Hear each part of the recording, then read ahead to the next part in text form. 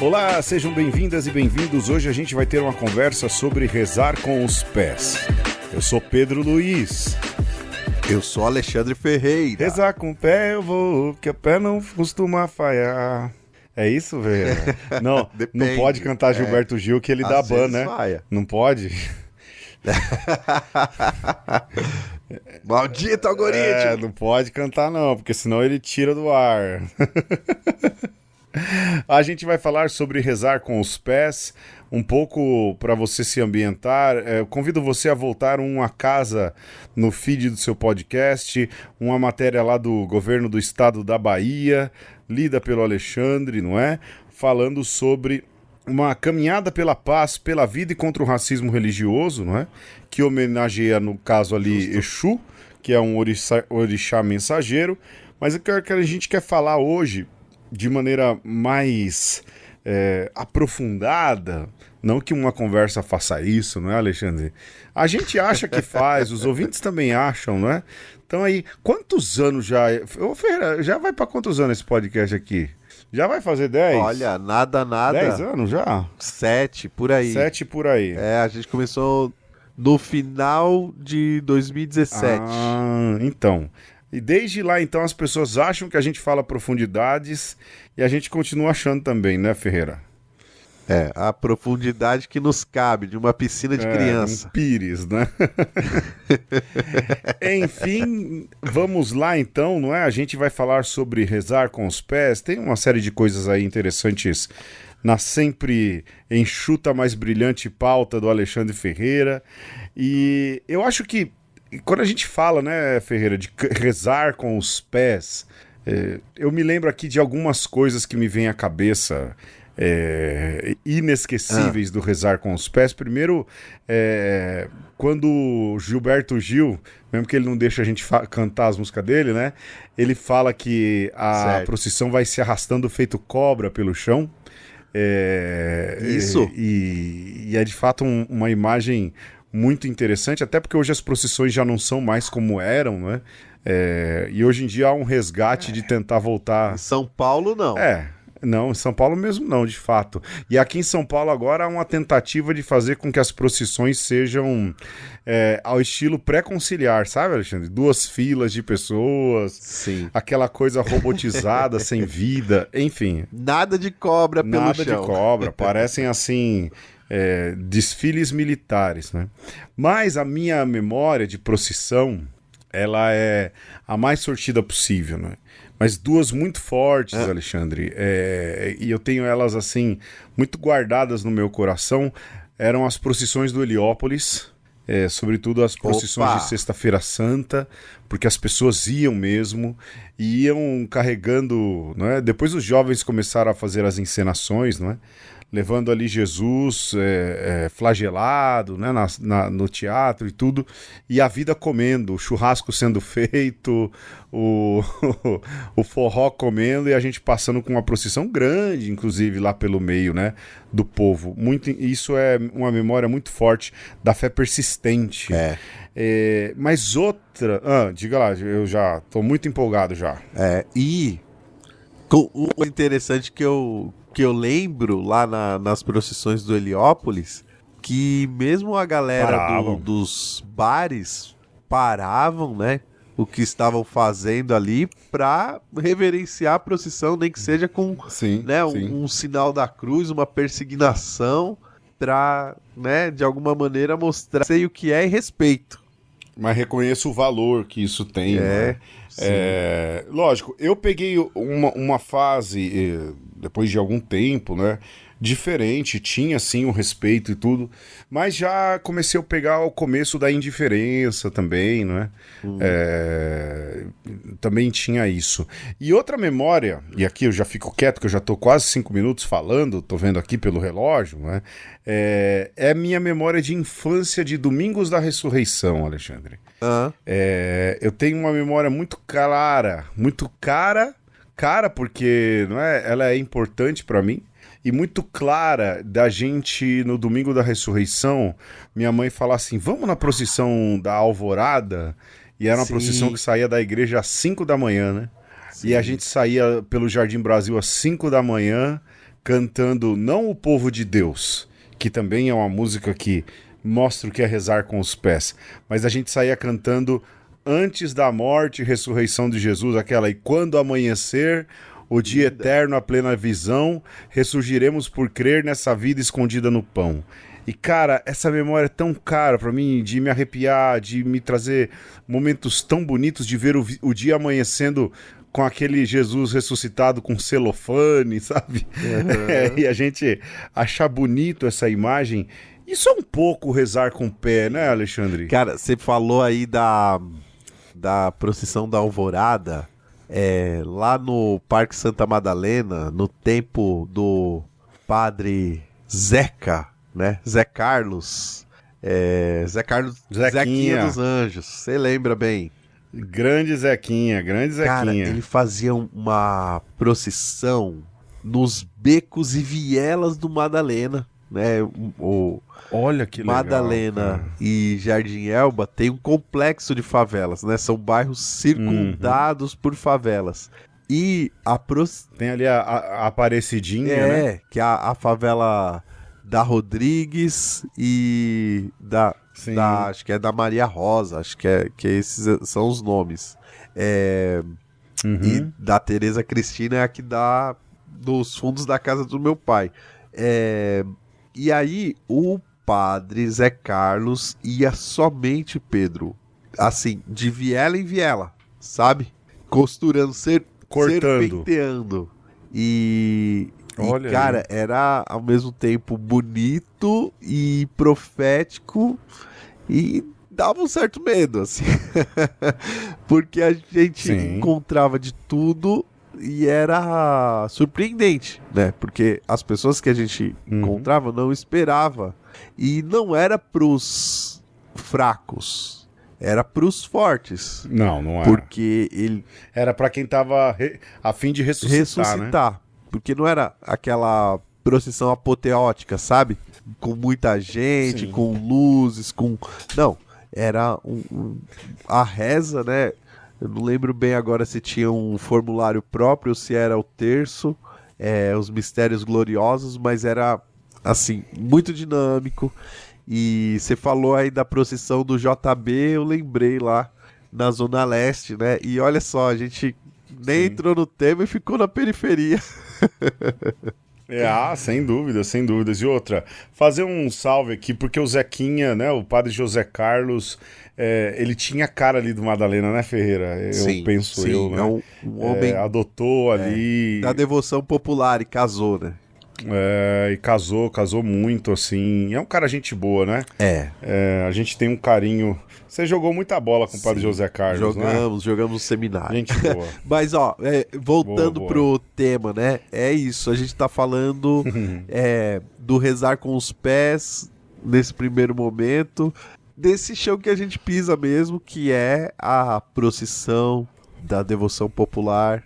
Mas não só a devoção popular da procissão, Pedro, que ela está ali no fazer, digamos, paroquial, né, da igreja local, mas a gente pode colocar nesse balaio também as peregrinações, as romarias. É também um rezar com os pés. Sim. Né? Ainda que a gente vá uma parte do trajeto de ônibus ou de carro, mas tem sempre esse sentido de você andar, né? E nesse deslocar-se, você se conectar com o sagrado.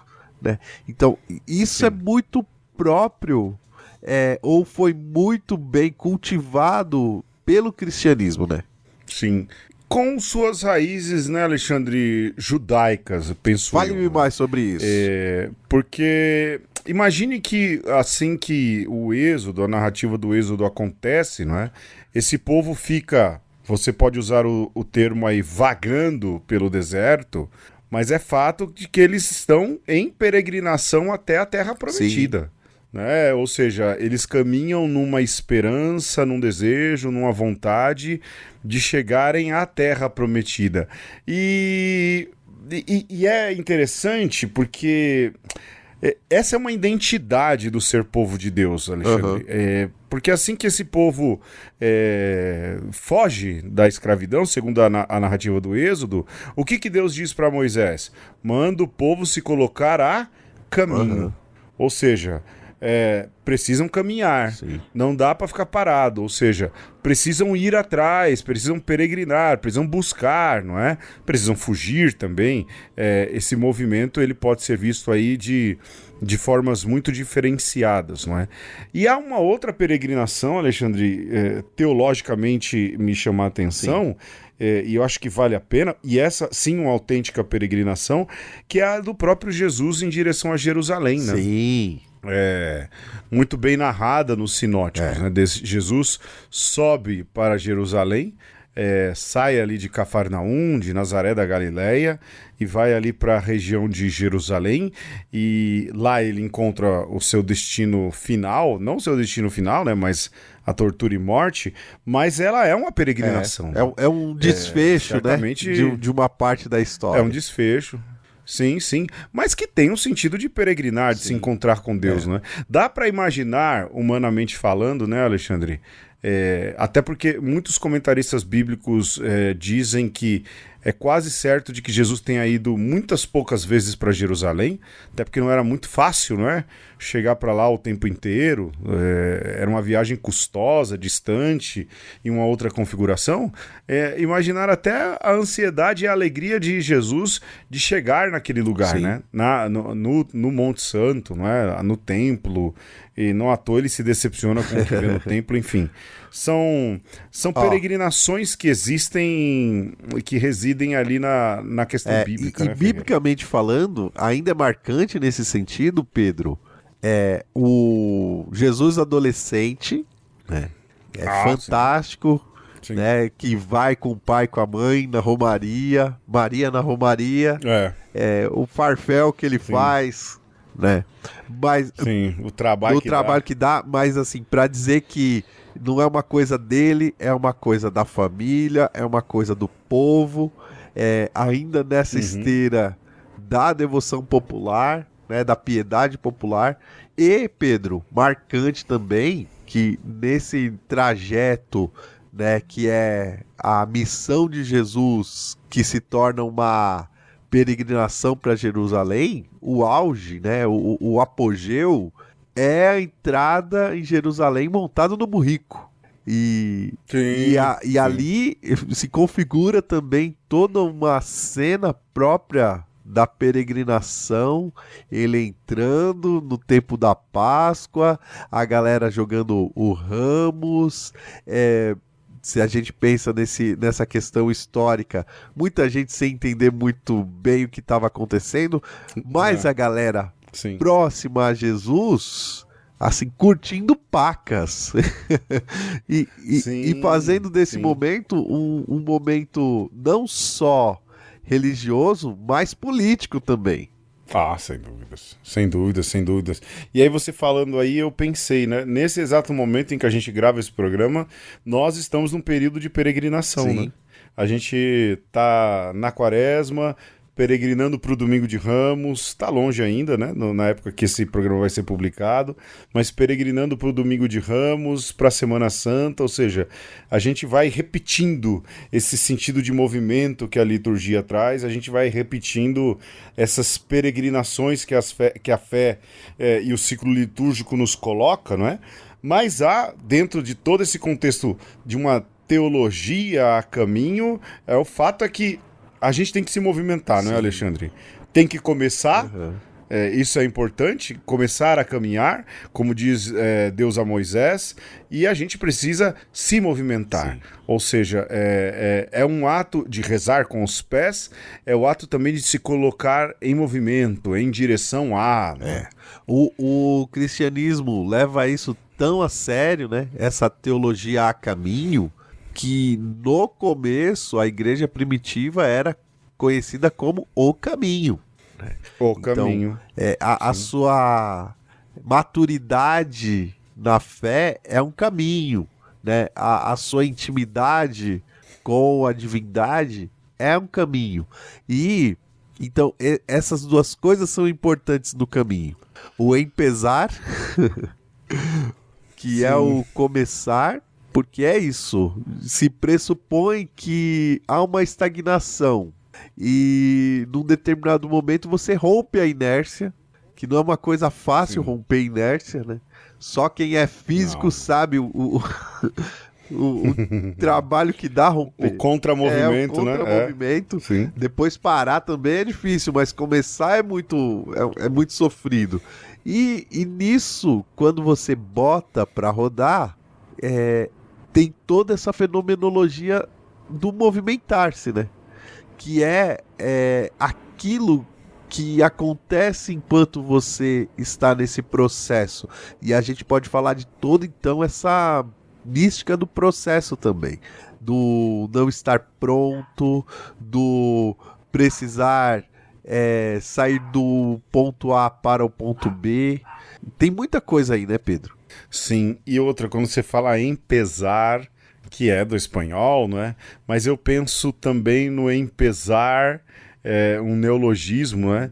Que é também se colocar no pé, né? De pé, não é? Olha, a gente precisa empezar a caminhada, mas a gente precisa lembrar que essa caminhada se faz de pé no chão, né?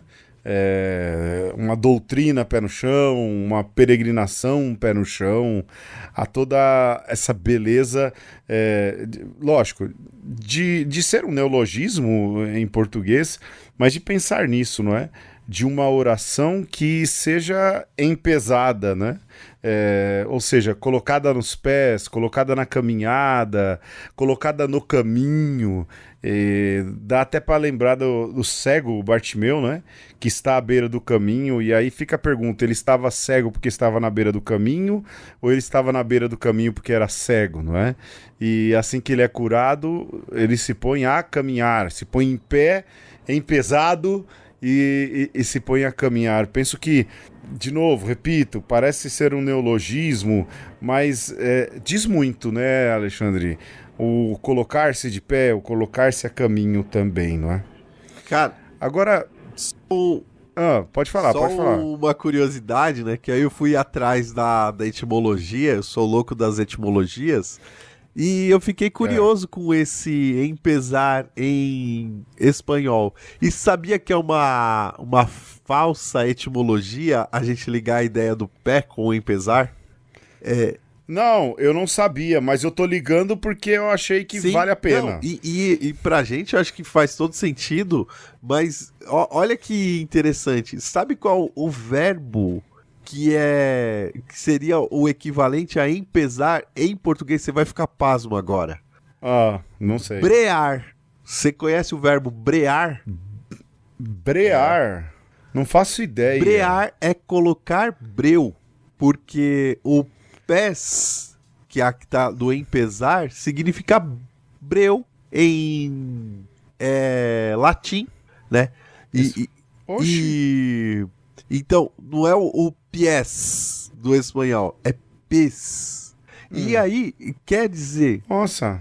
O embrear, embrear eu que já tô inventando. O brear e o empezar é como se você fosse assim, asfaltar, sabe? Ou você colocar dar um invólucro, né? Para que a coisa tomasse sustância, né? E daí vem o começar, né? O sentido de começar do espanhol. Muito curioso, né? Então, o embrear é como se fosse concretizar, de certa forma. Que aí cola com essa ideia que você traz, né? Com esse neologismo que a gente pode usar em português, empezar, no sentido de tomar pé. Tomar pé, essa é a melhor definição.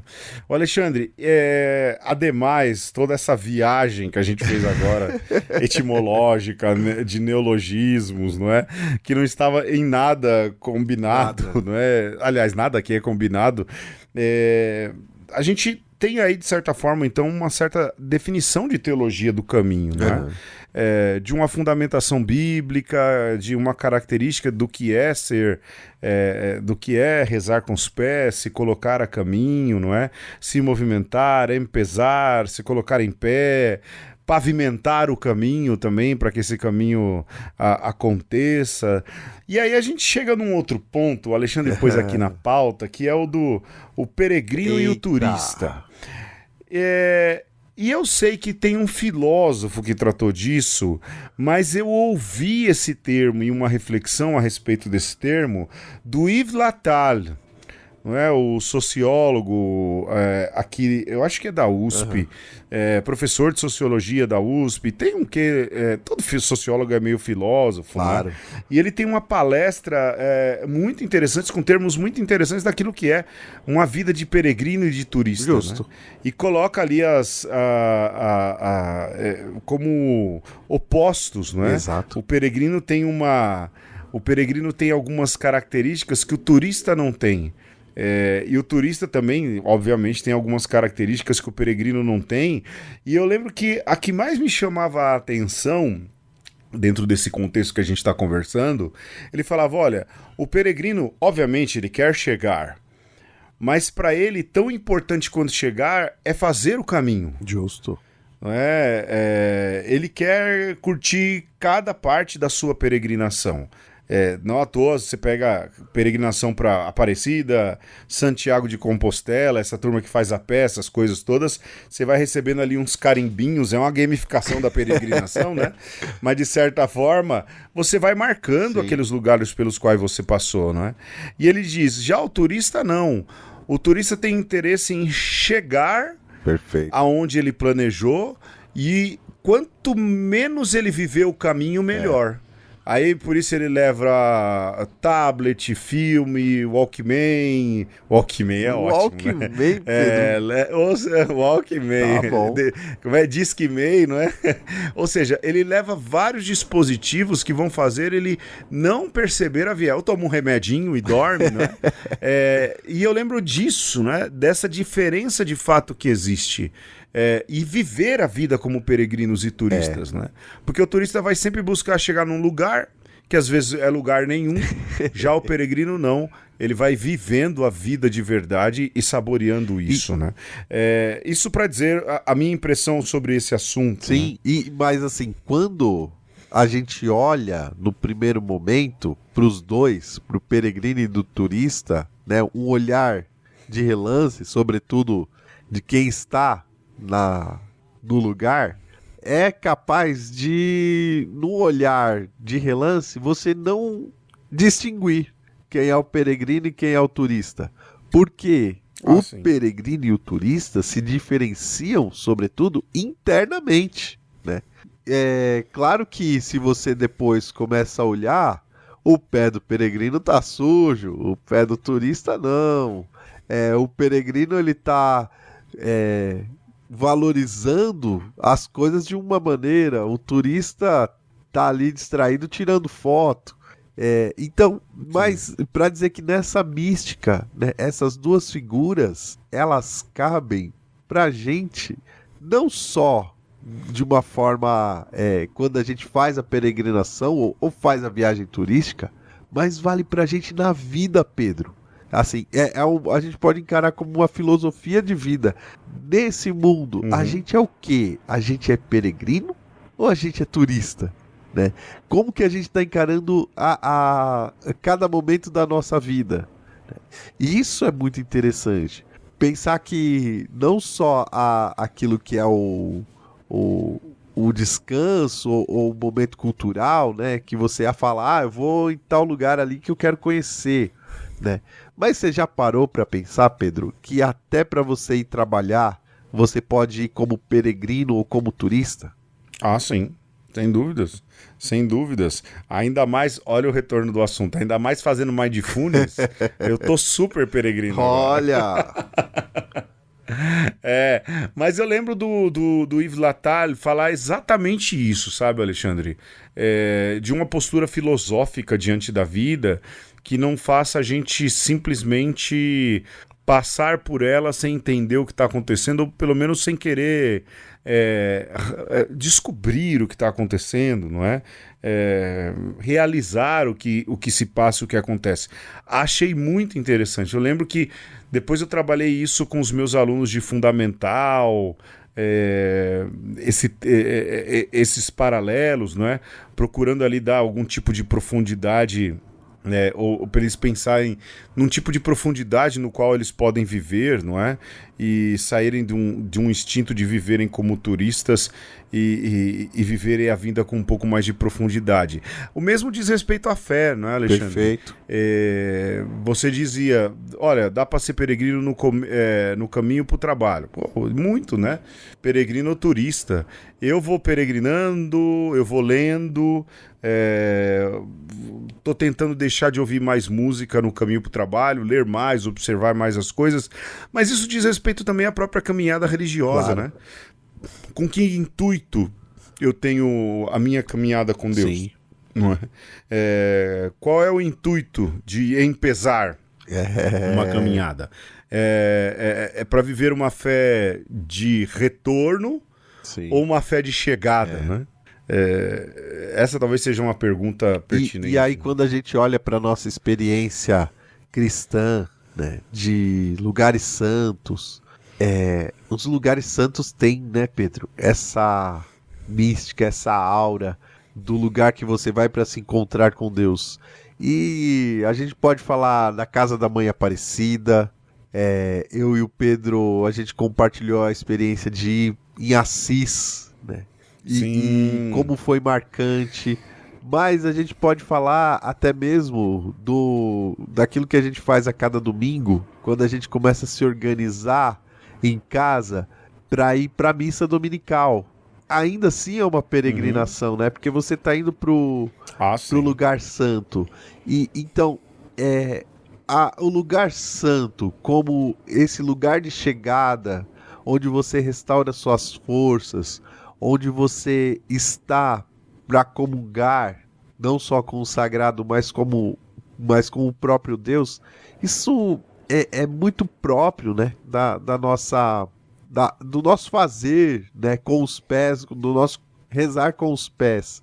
E então, ter um lugar para chegar, ter um objetivo, e aqui eu corro o risco de ser um pouco coach, de começar a falar de propósito, mas é mais do que propósito, eu quero falar de intenção, né? Colocar intenção nas coisas é importante, mas nunca né, Pedro, para simplesmente chegar nesse lugar e ganhar uma estrelinha, né? Como a ideia da gamificação lá do Caminho de Santiago. Pronto, ganhei aqui o badge, pronto. Encher a sacola é se fortalecer para retornar. Porque o retornar, ele completa o ciclo, né? Porque quem não tem para onde retornar também é muito triste, né, Pedro? Sem dúvida. Então, isso é bem complicado, né? Porque quando a gente termina a missa, a gente já quer voltar para casa, mas não no sentido de voltar porque quer voltar para casa, mas no sentido de continuidade daquilo que se viveu, né? A gente já falou isso em outras ocasiões também aqui, né? Sim, mas essa ideia do retorno, e até de um certo eterno retorno, ele ajuda a gente a enxergar o cotidiano da vida de uma maneira diferente, né? Porque o caminho de retorno é o caminho onde você rememora, né? Que você curte o ter ido, mas ao mesmo tempo quando você chega em casa e fala, poxa, aqui também é um lugar sagrado, numa outra dimensão, é um lugar onde eu estou abrigado, onde eu cultivo também as memórias dos lugares que eu fui. Então, essa dinâmica própria do rezar com os pés, a gente vai percebendo que é a dinâmica também do cultivo do afeto, do cultivo daquilo que nos é caro, cultivo da lembrança, né? É a experiência, Pedro, dos discípulos de Emaús. Sim. E tudo mais. Eu pensei em Emaús o tempo inteiro, achei que não caberia, e aí você me traz aí, e de fato essa necessidade. Há um quê de peregrinação, de retorno e de rezar com os pés também na caminhada de Emaús. Não fosse isso, Lucas não teria colocado essa cena de maneira tão bem desenhada ali no capítulo 25 do Evangelho segundo Lucas. Alexandre, vamos ouvir uma musiquinha, a gente Bora. volta? Não? Vá lá aí dessa musiquinha. Eu vou falar na volta. Tá, então, vamos lá. Vai, DJ!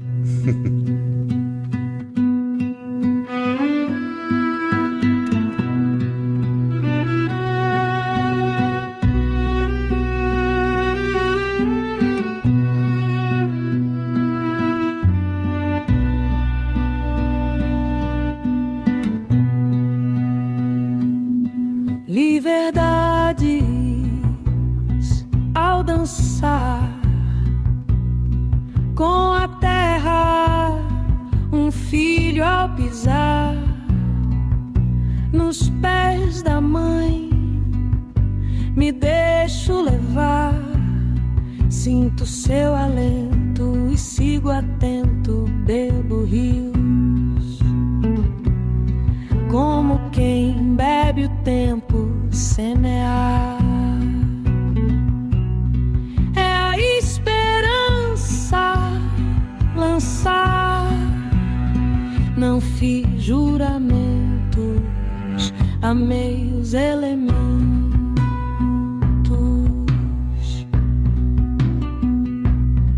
Liberdades na encruzilhada, não somos pó, somos estrada, sem poupar ou ser poupada. E se a água bate até que fura, imagina o que houve com a pedra na estrada que tritura. Liberdade sustentando o mundo, sentindo o corpo rachar perto do calcanhar.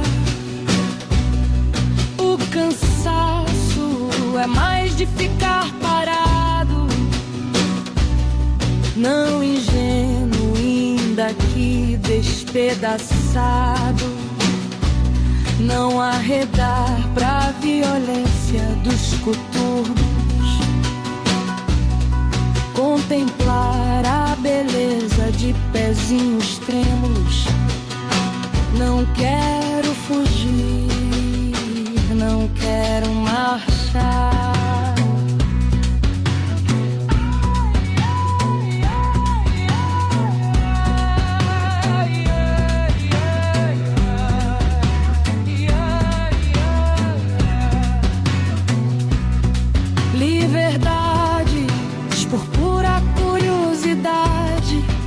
Saber o que há do outro lado da esfera.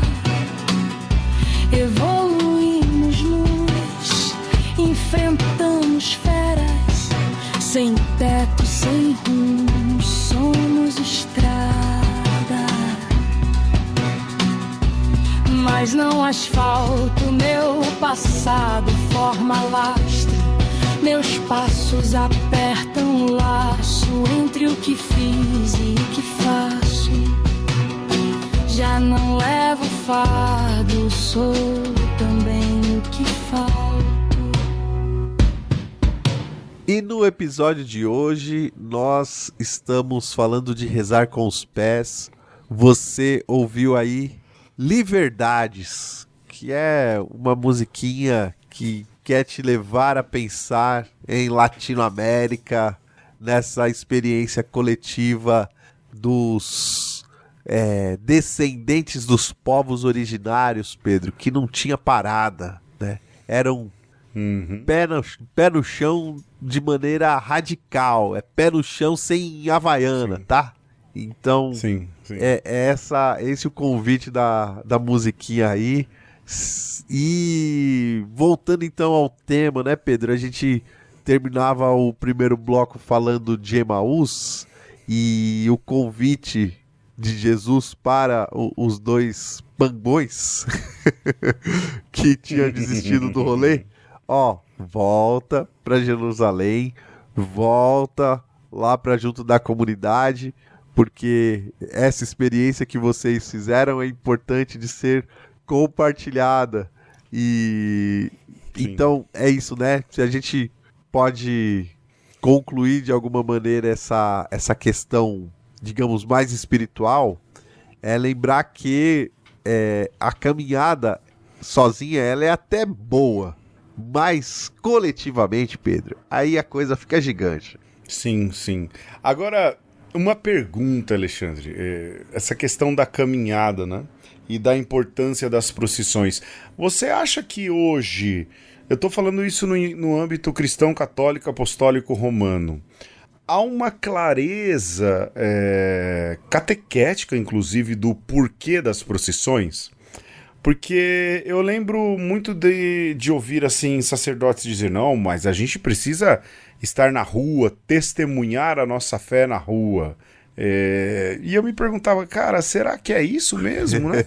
É só para manter uma ostensividade para os outros verem e falarem, olha aí, né? Eles estão aí, não desistem. Há um outro sentido, não é? Mas eu entendo que hoje tem-se uma má compreensão disso. Não à toa estão querendo voltar à estética de como se faz procissão, né? Uma coluna do lado, outra coluna do outro. Ou seja, é muito mais um sentido estético de propaganda fidei do que verdadeiramente um momento que poderia ser de espiritualidade, de testemunho também, né?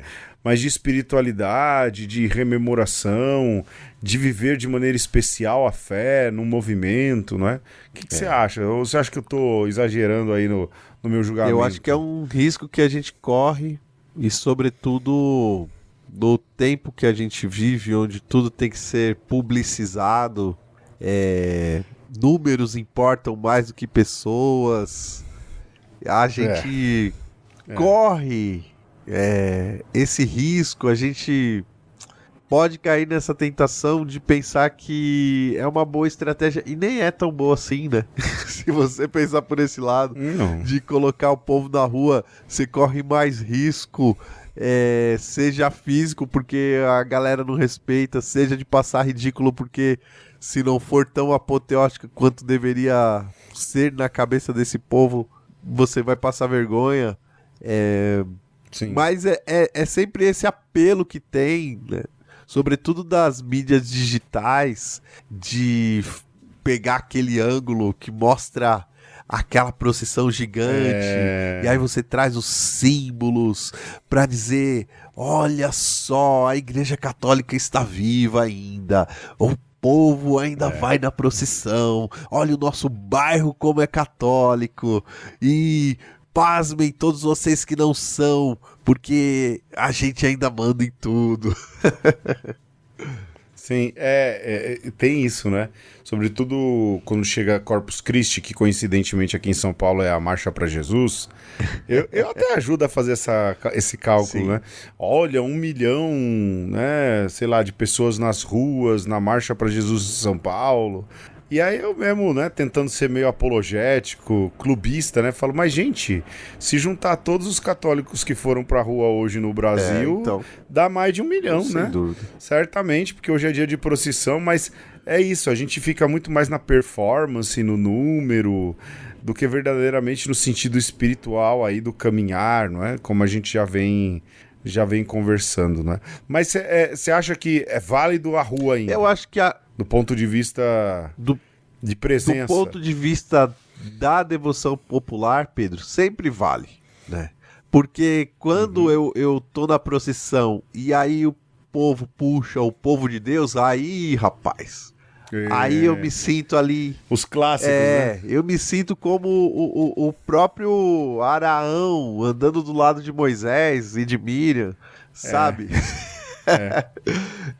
Não, eu te entendo, porque um sorrisinho no meu canto no canto da minha boca surge a cada vez que alguém entoa esse cântico, né? Não tem como dar errado, né, Alexandre? E é isso, né? A gente é pego pelas memórias e a gente lembra disso, que é bom caminhar junto, e nem que seja simbolicamente, uma vez por ano, né? Todo mundo ali atrás do santo.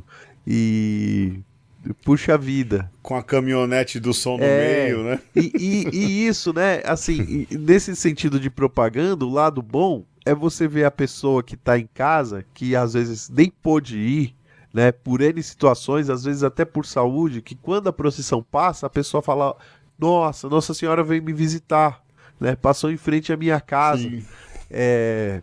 Poxa, então vale a pena. E aquele envolvimento também da toalha branca, né? Do altarzinho. Não fui, Sim. mas deixa eu estender uma toalha branca aqui como se fosse um altar. É uma forma de participar. Eu acho que retomar esse sentido de devoção popular, né? De caminhada, eu acho que vale, não é? Eu tô lembrando aqui, Alexandre, tem a ver, mas não tem. Quando o Luiz Gonzaga tem uma música que ele fala da peregrinação para Canindé, né? Estrada de Canindé. Sim. Canindé é um lugar de peregrinação de São Francisco das Chagas, Justo. né? E ele vai dizendo, né? O pobre vê nas estradas o orvalho beijando a flor, vê de perto o galo campina que quando canta muda de cor, vai molhando os pés no riacho, vai olhando coisa a graneque, coisa que pra mó de ver, o cristão, pra ver, tem que andar a pé. Não é? Tem que andar a pé. E talvez esse seja... Tem que andar a pé. Não é? Tem que fazer esse tipo de peregrinação. Talvez vai conseguir olhar no olho da sua vizinha, do seu vizinho, quando ele estiver ou ela estiver na janela e você passar em meio à procissão e dizer: olha, a gente quase não se encontra, mas nesse momento te olhando, eu elevo a Deus uma prece para você. Ou seja, coisas que para modo de ver o cristão tem que se botar para caminhar mesmo, não é? Mas não no sentido de testemunhar, de fazer número... mas no sentido de ser uma fé em movimento. Pedro, fato. outra música que me comove: Santa Mãe Maria. Santa Mãe Maria, nessa travessia, cubra-nos com teu manto cor de anil. Cor de anil. Rapaz, Bonita. assim, eu me sinto filho. Aliás, os clássicos de procissão, né, Alexandre? Santa Mãe Maria, Maria de Nazaré, o Povo de Deus, não sei, nem lembro mais de outras aí, né? Mas são esses clássicos de procissão também que não podem faltar, né? Sobretudo nessas procissões mais chorosas de Quaresma, e mais do que isso de Semana Santa, não é? O fato é que esse caminhar, esse se botar a caminho hoje extrapola um pouco o cristianismo também, Sim. não é? Ou outros cristãos vão colocando esse sentido de ocupar rua, não é? De fazer movimento. Até politicamente isso vem acontecendo, usando, lógico, o mote da religiosidade. Sim. Né? Eu acho que a gente tem que fatalmente tocar nesse assunto, Pedro, né? Que é as manifestações que não são necessariamente cristãs, mas por que não dizer também cristãs, né? Porque a gente já fez muito isso no passado. Eu lembro quando eu estava lá na paróquia São Mateus, na Zona Leste, que o povo contava as histórias do padre Fernando Altemeyer, que colocava caminhão fechando a Mateu Bey, que é uma avenida importantíssima, que não pode ser fechada porque você causa um transtorno de trânsito gigantesco. Sim. Para você conseguir fazer o hospital, né, de São Mateus, né, para você mobilizar o povo para falar assim, ó, a gente precisa de mais saúde no bairro, a gente precisa de mais educação, a gente precisa de mais lazer. Então, historicamente, sobretudo em São Paulo, mas eu acho que no Brasil inteiro, sobretudo na década de 90, 80, isso era muito comum, você juntar a mobilização da comunidade para você dizer, estamos aqui, né? E aí talvez nesse sentido não só de propaganda, mas de ser visto e dizer para as autoridades, dizer para as outras pessoas, a gente tem uma pauta aqui. E onde é que a gente bota essa pauta? Hoje em dia tem esses meios digitais que ainda não são nem tão efetivos, porque você rola a tela e já era qualquer mobilização, qualquer pauta. Mas na rua, quando, sobretudo, você consegue juntar uma galera e essa galera, de alguma maneira, causa algum incômodo para as pessoas ao redor, aí o povo para para discutir. Sim, sim. E aí cabe todas os questionamentos acerca das motivações, né, Alexandre? A honestidade de, fechar a Mateu Bay por conta do Hospital de São Mateus, do Fernando Altmaier Jr., e outros tipos de protestos aí super válidos e tudo, mas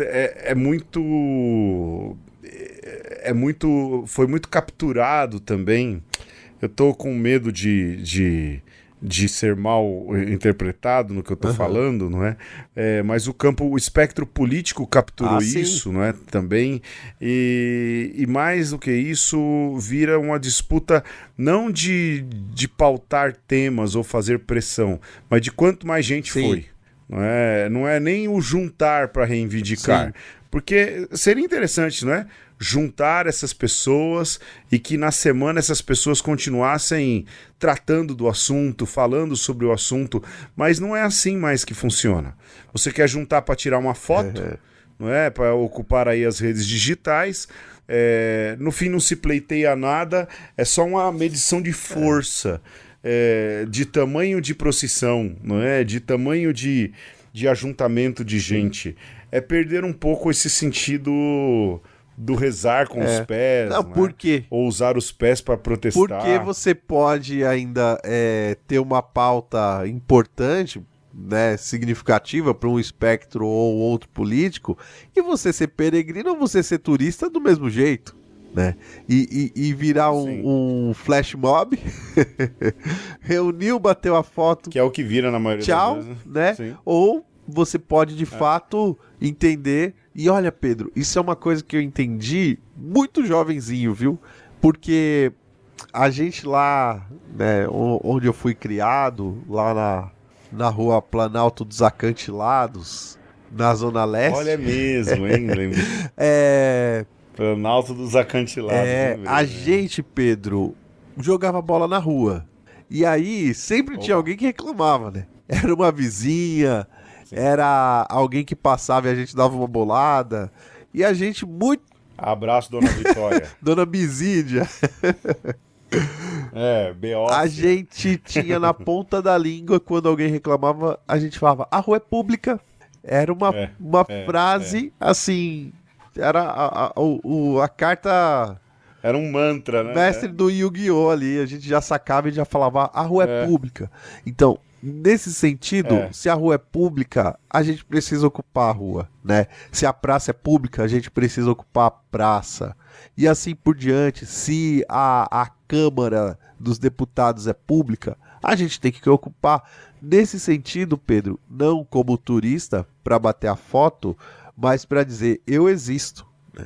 A gente vê os nossos irmãos indígenas lutando pelas vidas dos rios lá do norte, e a gente vê a solidariedade de todos os povos indígenas, até inclusive aqui no Sudeste, reivindicando, olha, nós existimos, e para isso você precisa ter fé nas ruas, né?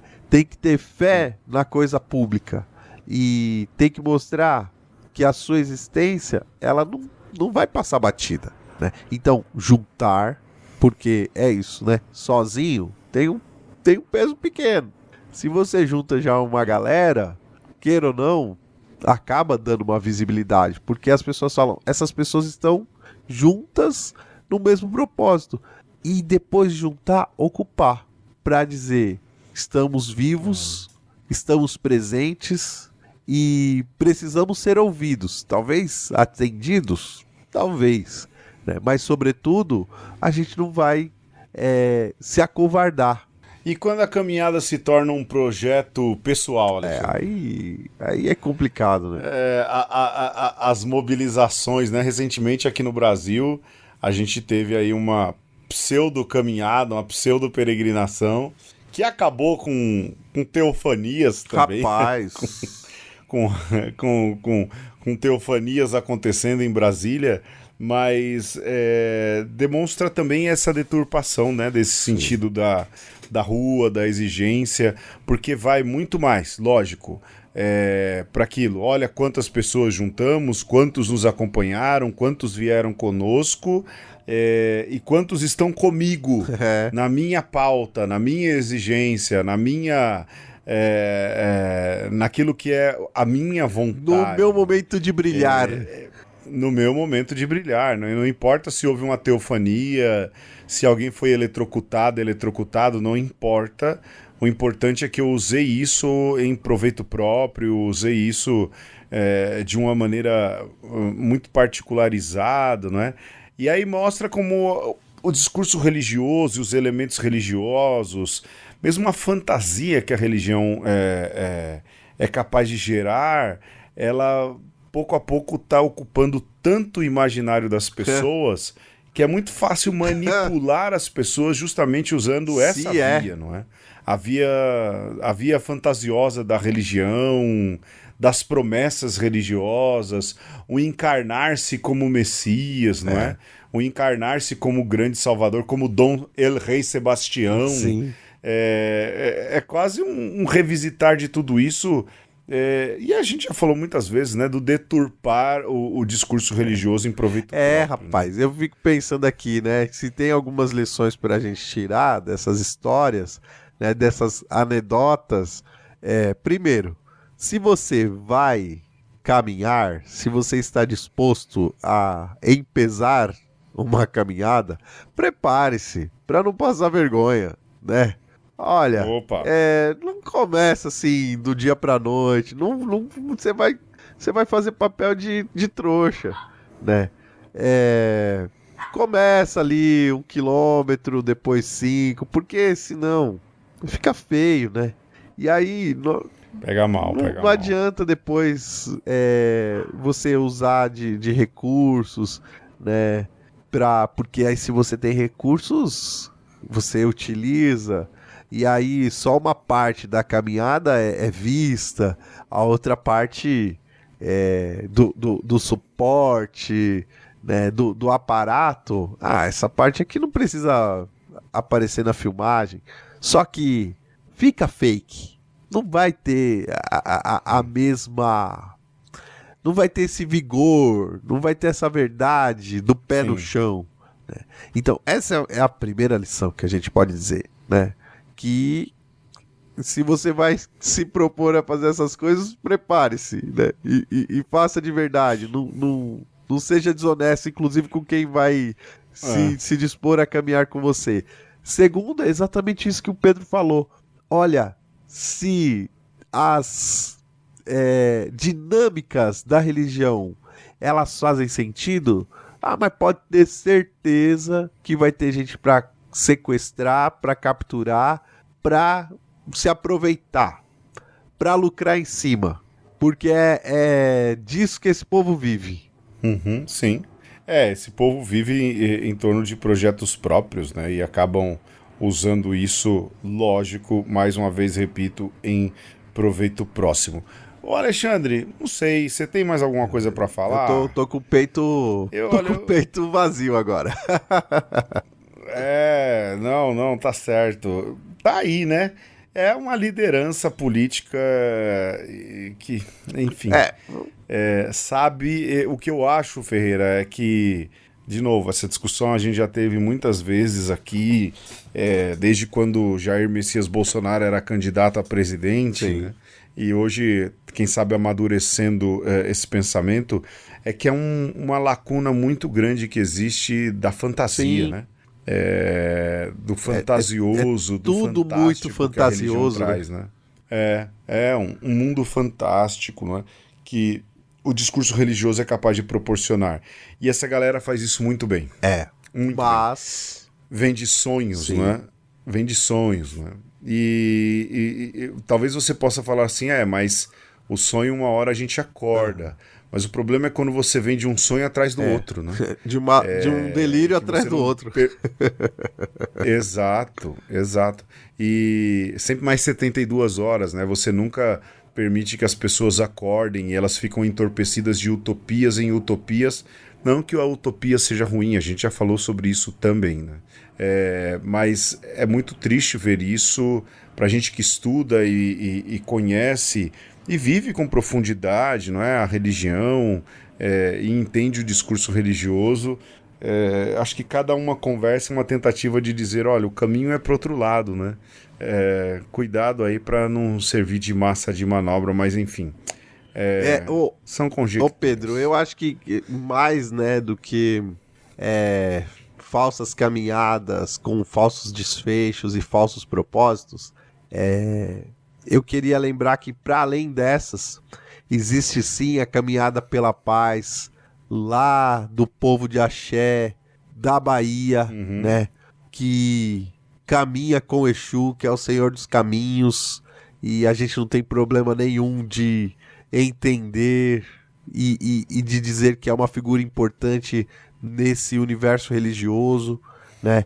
Entenda, viu, gente?